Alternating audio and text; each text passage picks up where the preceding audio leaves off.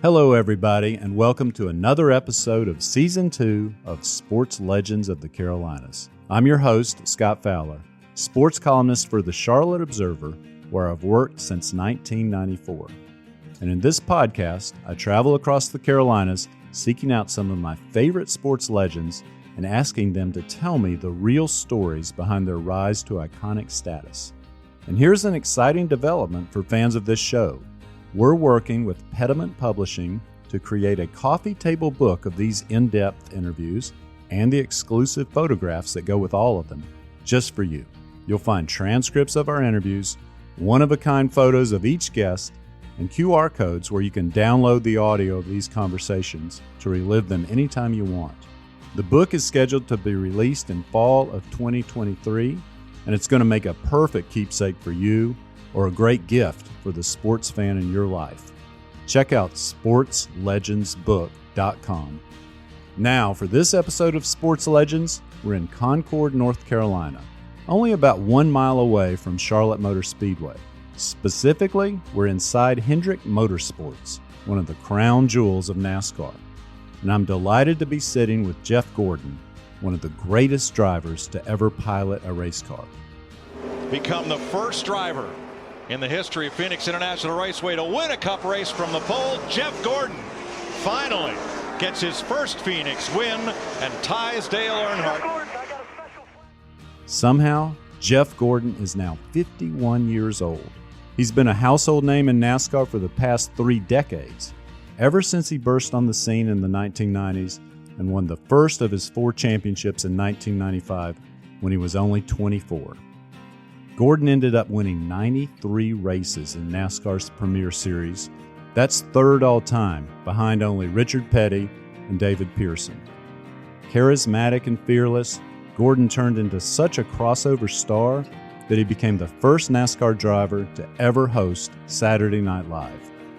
In this interview, we're going to ask Jeff Gordon about all sorts of things, including his rivalry with Dale Earnhardt Sr., his life off the track, and his favorite win of all time. That's next on Sports Legends of the Carolinas. Jeff, welcome to the show. Thank you. Quite an introduction. I don't know if I can live up to that, but thank you. I'm sure you will. Well, let's start now because I think people are just curious about what you are doing. So tell us. Yeah, well, I mean, you're sitting in my office. I'm here, every week at Hendrick Motorsports as vice chairman. Been so fortunate throughout my career to, not only drive for the best organization and the best owner in Rick Hendrick, but also along the way to be partners with him in motorsports as well as in the automotive side with a few dealerships. So, he's just been a tremendous mentor to me and what he's done for this organization, this race team in particular, by just guiding this the decisions on a regular basis, providing resources, putting just great people together. And so, he's wanting to take a small step back from that. And this is something that, I've dreamt about doing for a long, long time when I started seeing myself get closer to retiring from driving. And even though I went and worked for Fox Sports in the broadcast booth, which I really enjoyed and learned a lot about the sport by doing that, but this is the place that I've wanted to be. So I'm very fortunate that Rick's put me in this position. And I'm just trying to continue on that legacy. It's not a specific role that is just, here's what I'm doing every day. It's something different all the time, which I think I like. But there's a lot of decisions that, have to be made, whether they're competition decisions, marketing and PR decisions, or economics of the business. And you are really the number 2 behind Mr. Hendrick here, right? Well, I'm not a big title guy. I was a driver for my whole life. I just know that I'm vice chairman, and, I get to work alongside some great people. I mean, Marshall Carlson is still very involved. You've got Scott Lampe, Jeff Andrews. So there are a lot of folks that are playing a big role here. It's a big company as far as racing goes. I like to just say I do my part. I don't know where I rank. All right, fair enough. You worked at Fox Sports for I think 6 years, right? About 6 years, yes. So do you miss the TV aspect of it and being in that role, or do you miss driving I know you're still traveling, right? You're often every weekend almost you're at the races, right? Just about, not throughout the whole weekend, but I try to make as many races as I can, if not every one. So, doing Fox Sports was a great way to transition out of driving the car and the kind of intensity and the adrenaline that comes along with driving the car. And then, and actually the way you prepped for a race broadcast was very similar to the way you prep for a race as a driver. So I think it was a great way to transition, and I was still part of the competition. A live broadcast, there's definitely adrenaline that comes along with that. And plus, like I said, I learned so much about a different side of the sport from a different perspective. And I think that it's really only helped me be more prepared in this role. I enjoyed it, but I think that at the end of the day, I'm really enjoying the business side of the sport and the challenges that come along with that. Although some days they're immense, maybe a little more than I'd like to take on, but I do like that challenge. And I think being more part of an organization that I was a part of throughout my career, that built my career, and I played a role in helping to build as well. I think that seems to make the most sense. It feels the most natural and comfortable for me today. I remember one time we were talking, and you were mentioning, this was after you'd stopped driving, but that you took your kids to school almost every day, I think. Is that still the case? Dropped them off this morning. I mean, these days with, my daughter's getting ready to start driving to school on her own. She's about to turn 16, which is crazy for me to think about. My wife and I, we try to take, especially as they're now becoming teenagers, those moments, whether it's dropping them off at school, picking them up at school, and all the things in between, and what we do on the weekends. I mean, that's what I do like about this role, is that I'm at home on a Friday. I'm after work. I'm there on Saturdays, and maybe Sunday mornings before I head off to the racetrack. That's something that I never did, not even with Fox, really, for that first half of the season. So, that time with my family is very, very important. And those little moments, like dropping them off or picking them up from a track meet, or my daughter runs track, or whatever event it may be, I think is something that I always want to maintain in my routine. And your kids are named Leo and Ella, if I'm remembering right. And Leo's younger. So what grade is he in? He's in sixth grade. Sixth grade. So they neither, you're speaking of driving, but you mean driving to and from school. Are either of them into driving? No racing. No, okay. I mean, we go to the go-kart track and tear it up every once in a while. And I'm pretty proud of what they do out there. But they don't seem to early, when they were like 5 or 6 years old, introduced them to quarter midgets, the same thing that I grew up racing in, that I was introduced to by my parents. There's a great track over in I think it's either Salisbury, Kannapolis area, great quarter midget track. And so, we spent some weekends over there and did it for a little while, but it didn't seem to stick. And they just have other interests, and that's fine. I want to support them and whatever they're passionate about or whatever their interests are. That doesn't seem to be racing. My daughter, she's the athlete in the family. She's the speed demon because she runs track. She's been a tremendous athlete on the track. I love watching her run. She's a beautiful runner. She plays field hockey and she can play about anything. Honestly, she can high jump, pole vault, everything but maybe hurdles. She can do it all on track and field, which is really cool. And Leo, I think he might want to be a YouTube star one day. An influencer. Completely different than really. What Ella's into. That's neat. And you've lived back in Charlotte for some time now, I think, right? Yeah. So both of our kids were born in New York. My wife Ingrid and I, we met in New York, lived there for a number of years. But, and again, it kind of goes back to, I don't want to call it a grand plan, but I did feel like when I stepped away from driving that I'm going to be in Charlotte on a more regular basis, because I knew my equity stake in Hendrick and the dealerships and other things that are embedded here in North Carolina, that more than likely be spending a lot more time here. So we put the kids in school here in the Charlotte area early on. We built a house, and we've been here full time 10, 12 years now, something like that. But we still go back and forth to New York. We love New York. Yeah, you and Jimmy Johnson, I believe he was telling me y'all were neighbors, right? Well, we're neighbors in Charlotte. Yeah. And we used to be neighbors in New York. Really? Or kind of. I mean, everybody's a neighbor in New York City. Yeah, right. We'll be back right after this.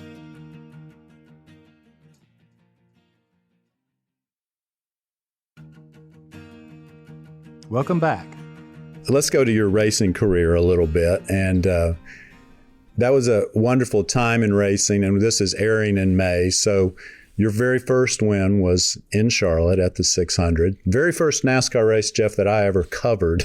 I had just started at the Charlotte Observer, so I figured this is just normal. 22. Our career started together. I love it. Right. You're skyrocketed a little higher. But tell me about the 1994 Coca-Cola 600 win. Set on the pole at 181.439. He will become only the 5th driver in 35 years to win the Coca-Cola 600 at Charlotte, North Carolina from the pole. Checkers are out, and they are down, and it is Jeff Gordon victorious this evening.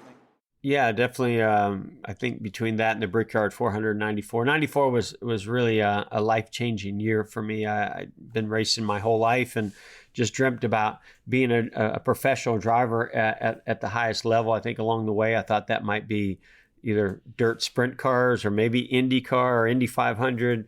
And then that took a turn in the early 90s and started pointing at NASCAR. And I feel so fortunate that worked out the way that it did, because I love NASCAR.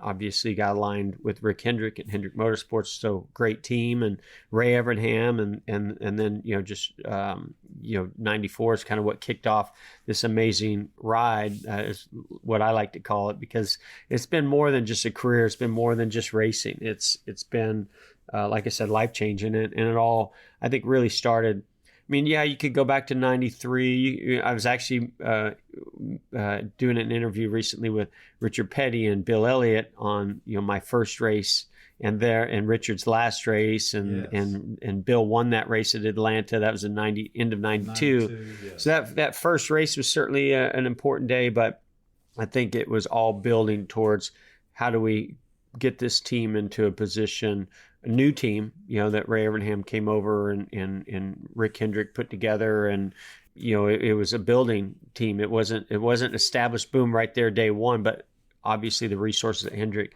there's a lot to build on. So you saw a few things at the end of 93, my rookie year, where we started qualifying better, more consistent finishes. And then that came into 94 and really led up to the 600. What's crazy when I think about that is that in 93, my rookie year in the 600, I finished second, I believe, to Earnhart, Charlotte was always a great track for me from the very beginning. One of the first tracks I ever tested on in NASCAR was Charlotte. Mm-hmm. So I always loved the track, felt comfortable with it. And I felt like Ray, did a great job, setting up the car for me there. And then Hendrick always made great power, and they had good success there too. So it seemed to maybe be the track where I won my very first pole. And we weren't going to win that day, though, I'll be honest. We were a second place car to Rusty. Rusty had us covered all day. But luckily, the stars aligned. The cautions didn't fall there at the end. And we did a 2-tire stop, and great call by Ray, and came out first. And it was just a very emotional day, just to finally achieve that moment that you've been dreaming about and hoping for, working towards, to see it all come together. It was an amazing day. You were only 22 at the time, I believe. And if I remember, I look back on the what was written at the time, you were crying over the last 5 or 10 laps, right, in the race car. Oh, yeah. I'm the kind of person, I don't show a lot of emotion. I probably hold it in, but when the moment finally calls for it, it flows. And I can't stop it. Whether that's been, winning championships, winning big races, when my daughter was born, my son was born, that's just part of it. But my parents were there, to have that moment with Rick and with Ray, his family, and the whole team, everything just kind of culminated to that emotional moment that started in the car before it was over. I think it was, I don't know if it was the last few laps. I think it was more when the white flag came out. Yeah. When the white flag came out and I looked in my mirror and there was no Rusty, I was like, oh my God, this might happen. This is about to happen. And that definitely hit me all at once. Do you miss I'm sure you miss some aspects of driving. So do you miss the competition? Do you miss actually winning? That has been my kind of go-to throughout my life, because I was involved in the competition.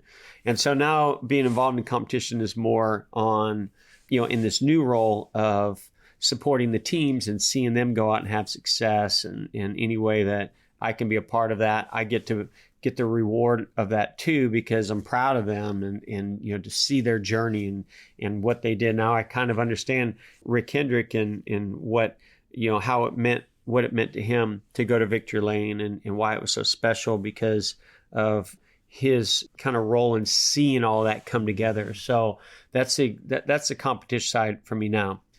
In the race car or in a car, I still do like to get out on the racetrack. I've become more of a car guy actually in the last few years. Throughout my whole career, didn't really collect cars, didn't go drive cars for pleasure. I got to do that on the racetrack, and I didn't even really own a sports car. I mean, every once in a while, maybe a Corvette, or for our foundation, we would raffle or do a sweepstakes for a Corvette, and so I would drive that Corvette. But otherwise, really no sports cars. The last 2 or 3 years, that's all I'm getting. Really? And what do you drive now? I mean, I do have one of the new Z06 Corvettes. I really think the Porsche GT3 is a good car. So that's the last race that I ran was what they call a Carrera Cup race.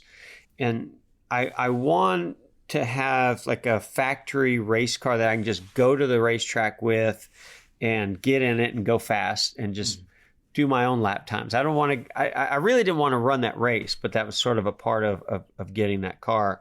But that's what I'm enjoying now is when I'm not, working, when I'm not with my family is, can I go and run some laps at a racetrack and just have fun and push it as far as I want to push it and not necessarily be a part of the competition. I've always wondered, like, when you're a professional driver like you, so then you get on, say, I-77 or 485 around here, and you see some just horrendous driving from people. They're looking at their cell phones or whatever. Do you get more irritated about that sort of thing because you know what actually driving at a high level is like? Yeah, I do. Or teaching your daughter, for instance, to drive. You probably did that, right? That's certainly been quite the education of taking me back to when I was a kid. Of course, I had been racing for many years, but I still didn't make the best choices and decisions or had to learn things that happen on the street that don't happen on a racetrack. But these days with cell phones and the distractions, it is very, very frustrating. I mean, I think I've always been left lane is for passing. Left lane is for if you want to go over the speed limit, you go there. Do not do anything else in that left lane. Get out of that left lane. So, I've said that many times. And so I'm certainly going to teach my kids, the same thing and apply that to my own driving. But, I definitely do worry about the driving age and what's happening with devices and phones and those distractions, the influences on my young daughter. I can't imagine.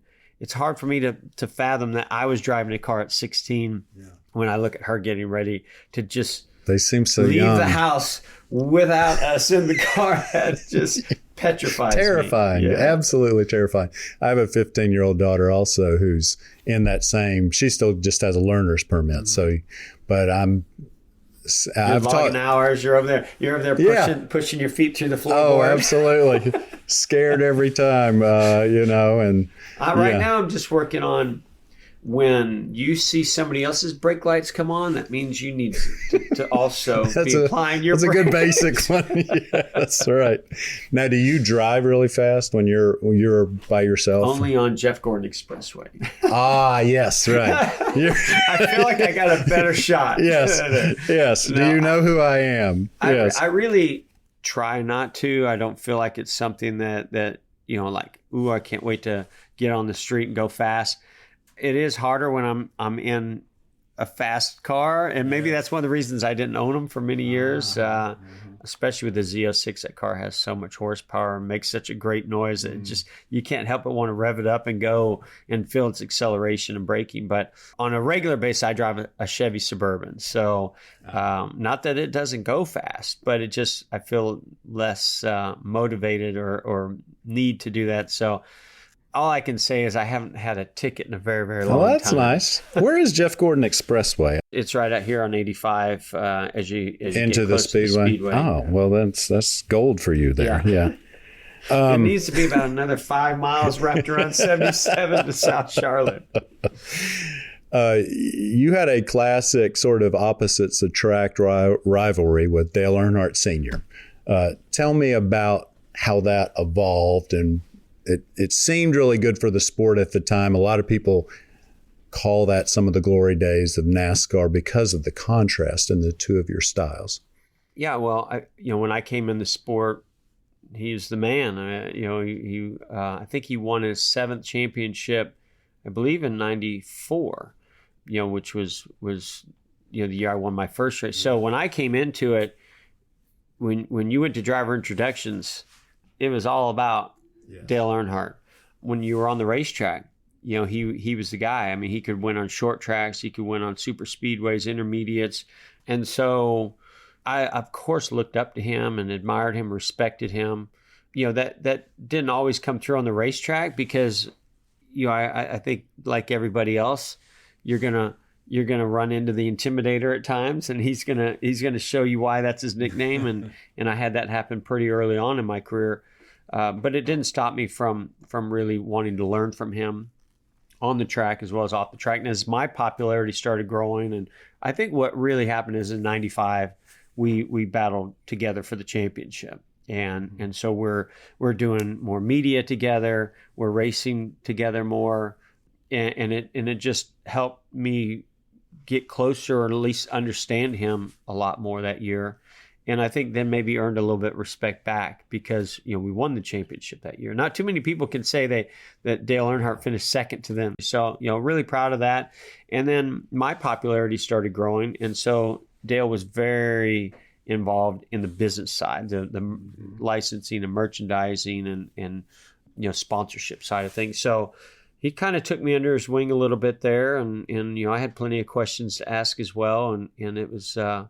it was good to be able to pick his brain and learn from him and be able to grow my brand in that side of the business for me as well at a time where the sport was really kind of blowing up. He was really, ahead of his time on that part of it too. I mean, licensing and marketing and all that.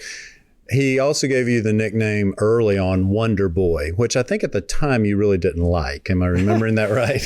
I mean, I didn't like any nicknames, I'll be honest. I was just wanting to be Jeff Gordon. Yeah. And I think early on, I wasn't sure I was mature enough or able to really fully understand what Dale was doing there, right? I mean, he was doing something that was not only probably trying to get under my skin a little bit to get a competitive advantage, but he also was recognizing what attracts people to the sport, right? Is a rivalry and controversy and personalities coming out and playing. And he was so confident and comfortable with who he was because he had all the years of experience, but also he had a huge fan base. So he could almost get away with anything. And so at first I didn't understand it and maybe took offense to it.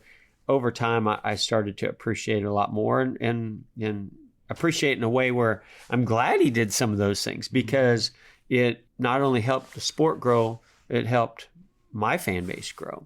Right. He was very smart about the way that in some ways the best rivalries have to have a big contrast, right? And or in pro wrestling where you have the good guys and the heels or whatever. I know NASCAR is real, but still I hadn't thought of it that way, but it probably was a little purposeful, wasn't it? I don't know. I would have loved to have had more time, with Dale later in both of our careers because I had a lot of questions for him. I don't know if I ever got a chance to flat out ask him.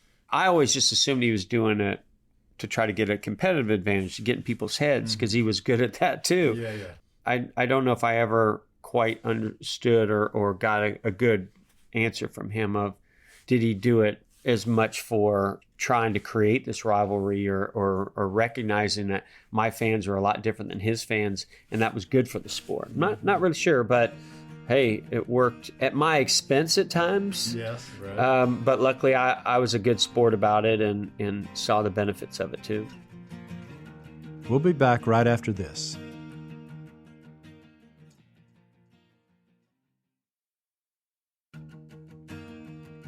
Welcome back. Tell me about appearing on Saturday Night Live in 2003. 20 years ago now was when you made that appearance. I rewatched a little of it. You're really good and funny. So tell me about some of your favorite moments about that. Yeah, it was an incredible experience. I can't believe that I actually turned it down the first time that it came. And I didn't do it because I felt like I was too good for it. It was that I didn't think I was good enough. I thought, why would they want me? I'm going to embarrass myself. This is going to be awful. And I think a year later, when luckily the invitation came back around by NBC, I recognized and had enough friends to help influence me, some that lived in New York, to make me realize, no, that's part of it, right? You got to make fun of yourself, and you just got to go and have a good time.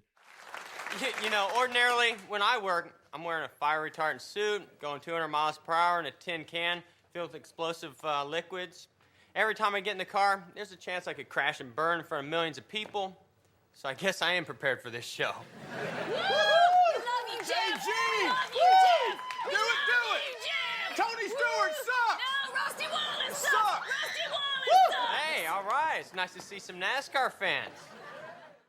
The greatest, I don't want to say the greatest experience of my life, but certainly the greatest, like TV or live entertainment experience that I've ever had, and ranks up there and probably top 5 of just greatest experiences that I've ever had. Just because you're working in an environment that's so far removed from anything you're really comfortable with.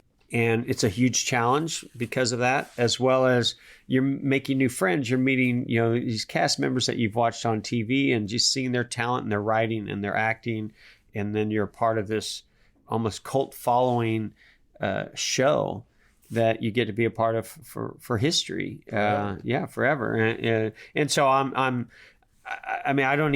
we could have a 45-minute discussion just on that alone, right? Of how intimidating it was, how much fun it was, my heart pounding out of my chest when they're announcing you, as the host, and you're walking out on that stage live for that broadcast. You talk about an adrenaline rush. Wow. Yeah, that's something else. And your most famous character there was a guy named, was it Ricky? Ricky Funk. Ricky Funk. Yes, closed it out with Ricky Funk. That was the last sketch of the night, wasn't it? It was. Yeah. And I put it all, I was building up to that. I put it all out there on the line on that one.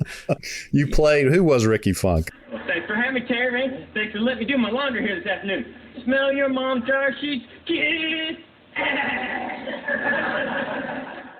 I'm basically in this basement. It's sort of like, oh my gosh, Wayne's World type of skit where you're down in the, your parents or grandparents' basement shooting a little TV show talking about nonsense things. And so I was his cousin or nephew or whatever I was that came in and we just talked about silly stuff. And I worked at a super Walmart. And so, it was, I had the long hair and they put this fake mustache on me, and I played the air guitar. It's just, it's just one of those characters where you got way outside yourself. You either go for it or it doesn't work. And luckily, I did. But, every one of them. I think of the skit with Seth Meyers where, he's a carpet salesman. It's like bring your dad to school day, and so. We talked about what our careers were, and his was a carpet salesman, and I was, an Air Force pilot. it just wasn't fair from the beginning. And so I look at that skit and I laugh. And, I see Jimmy Fallon, I see Seth from time to time and have some good laughs. Had a crazily good cast then. Tina Fey and Amy Poehler, I think, were a Weekend Update. And the carpet salesman sketch was the one, I believe, where you said something like you were trying to make the other dad feel good and said carpet's important. What was it? Something about the red. You would walk down the red carpet to meet the president. Exactly. I mean, again, I'm not coming up with any of that writing. That just goes to show you the brilliance of the writers, and they do that every week. You walk around the studio and the offices there as you first arrive, and you meet all the different writers, and some of them are cast members as well, and you realize that they've been sleeping on their couch in their office for days, and just the passion that they have for trying to make sure that their skit gets on that weekend. Yeah. I mean, I'm assuming there's a little extra money in it too, but there's a lot of pride in it, and so. When you see that starting to build and they're asking you questions, what would you be comfortable with? Hey, I got this idea, and you start, hearing it come to life, and then you see it throughout the week become a skit that actually gets on the live show. You're excited for them, and so you have a responsibility to pull it off also on your side. So it's certainly a team effort that is like many other things in life. You, when you first came into the sport, and I'll read you a quote that you told me a long time ago. I think this was 2006. You said I guess when I first came into the sport, I felt like I was under a microscope. I was kind of an outsider. I wasn't a Southern boy. I came from open wheel racing.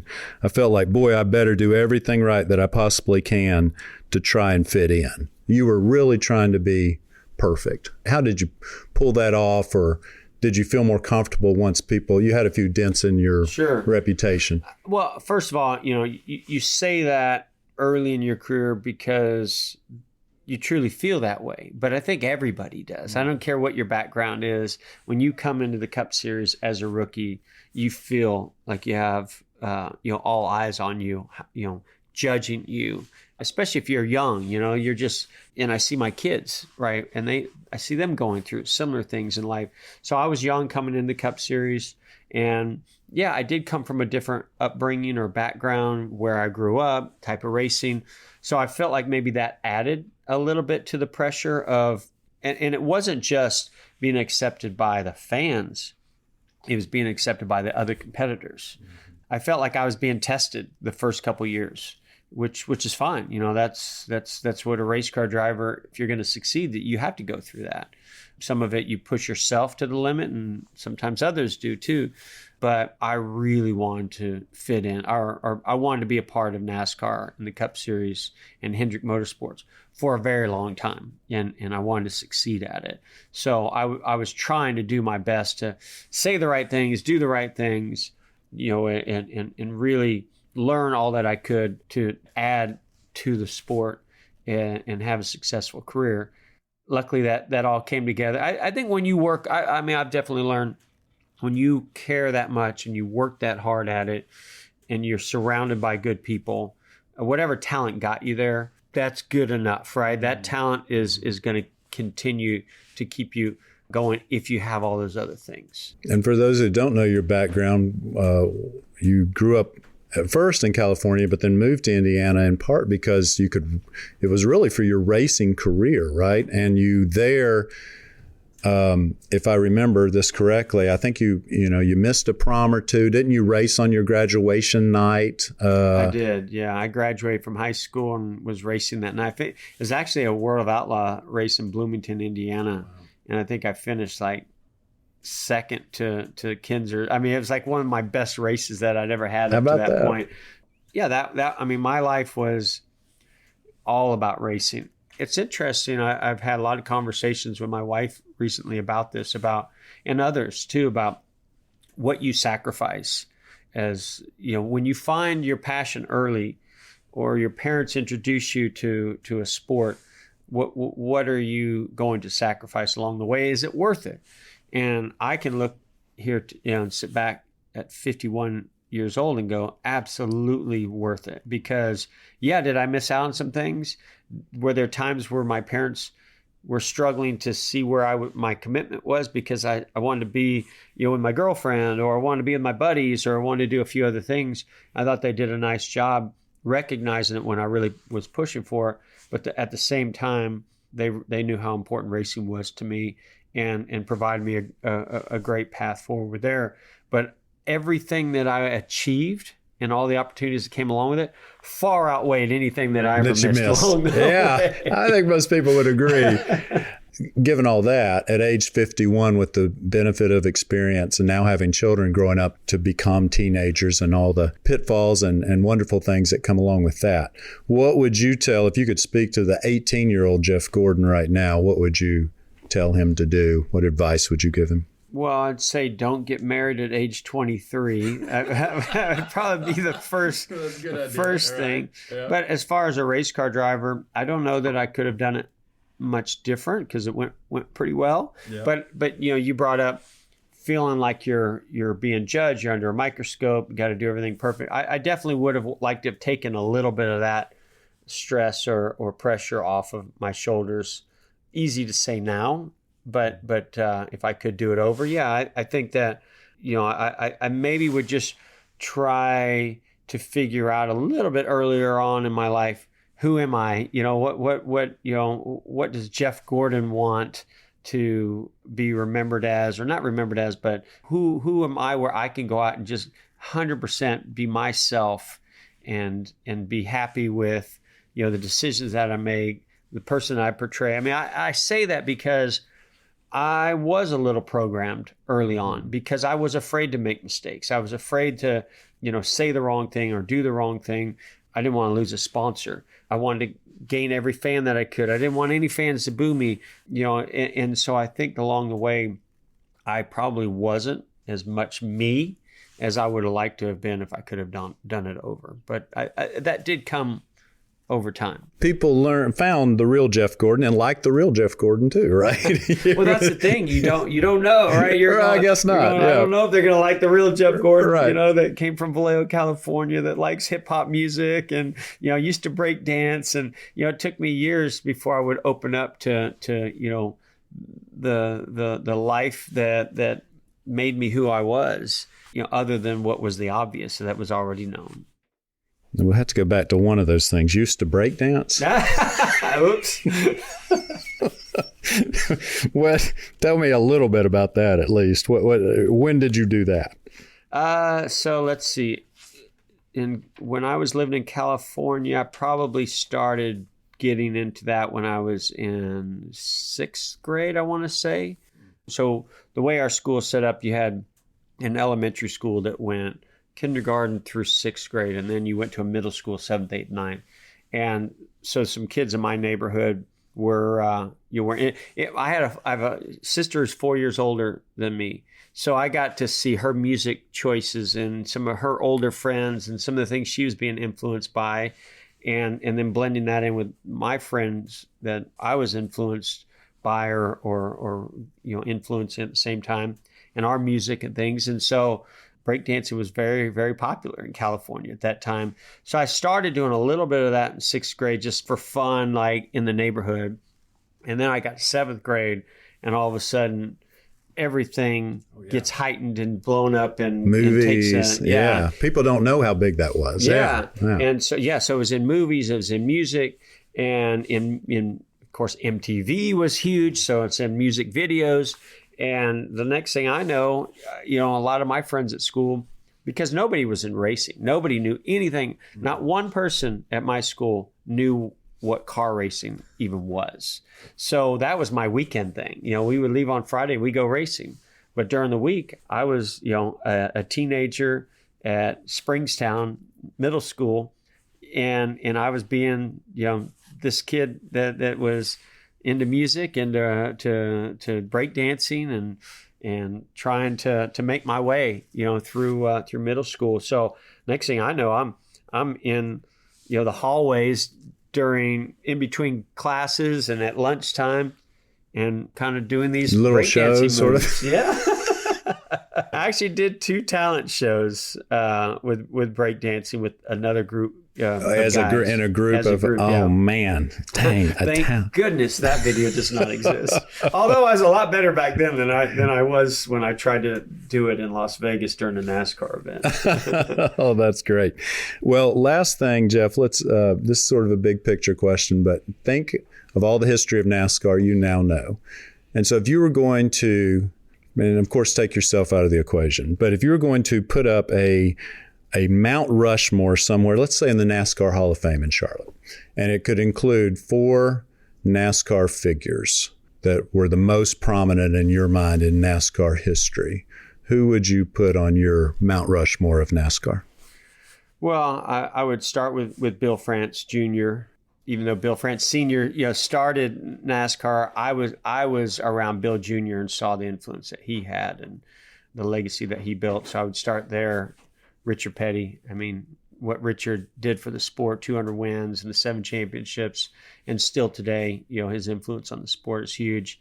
Dale Earnhardt, I think to me, Dale, just brought a whole different level of fans. So the tricky one is the last one. Trying to think, should it be maybe a Rick Hendrick? Maybe it is a car owner that like Rick has the most wins and everything that he's accomplished and contributed to NASCAR. I'd probably put Rick Hendrick up there. That's a good mix. Wow, that's quite a quartet. Well, this has been Sports Legends of the Carolinas, and Jeff Gordon, thank you so much for joining us. Yeah, my pleasure. Thank you. It was fun. Remember, you'll find much more about this interview and about all of our guests, including Steph Curry, Roy Williams, Dale Earnhardt Jr., and Don Staley, in our Sports Legends book. It's scheduled to be published in fall of 2023. Pre-order your copy now at sportslegendsbook.com. Thanks so much for listening to Sports Legends of the Carolinas, a production of the Charlotte Observer. This show is produced by Lume Ali Sally, Jeff Seiner, and Cotta Stevens. The sports editor of the Charlotte Observer is Lydia Craver, and the executive editor is Raina Cash. Davin Coburn is McClatchy's Director of Audio. For lots more sports content and to continue supporting this kind of work, please visit charlotteobserver.com and consider a digital subscription. And connect with me on Twitter at Scott_Fowler or email at sfowler@charlotteobserver.com. See you next time.